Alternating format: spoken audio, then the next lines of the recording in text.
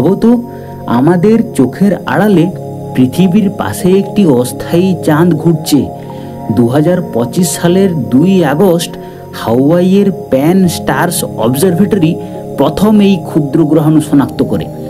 প্রথমে বিজ্ঞানীরা ভেবেছিলেন এটি হয়তো একটি এলিয়ন প্রোব। তথ্য বিশ্লেষণ করলে দেখা যায় 2014 সাল থেকেই এটি পৃথিবীর কক্ষপথের পাশে, অর্থাৎ প্রায় 11 বছর ধরে পৃথিবীর সঙ্গে ঘুরছে। এবং শোনা যাচ্ছে যে আগামী 60 বছর অবধি, অর্থাৎ 2085 সাল অবধি এটা নাকি পৃথিবীর সাথে থাকবে।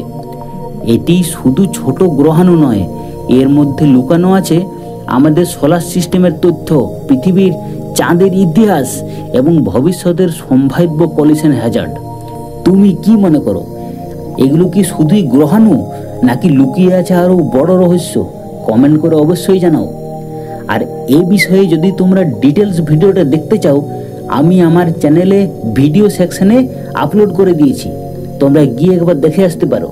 আর চ্যানেলটাকে অবশ্যই সাবস্ক্রাইব করে নিতে ভুলো না।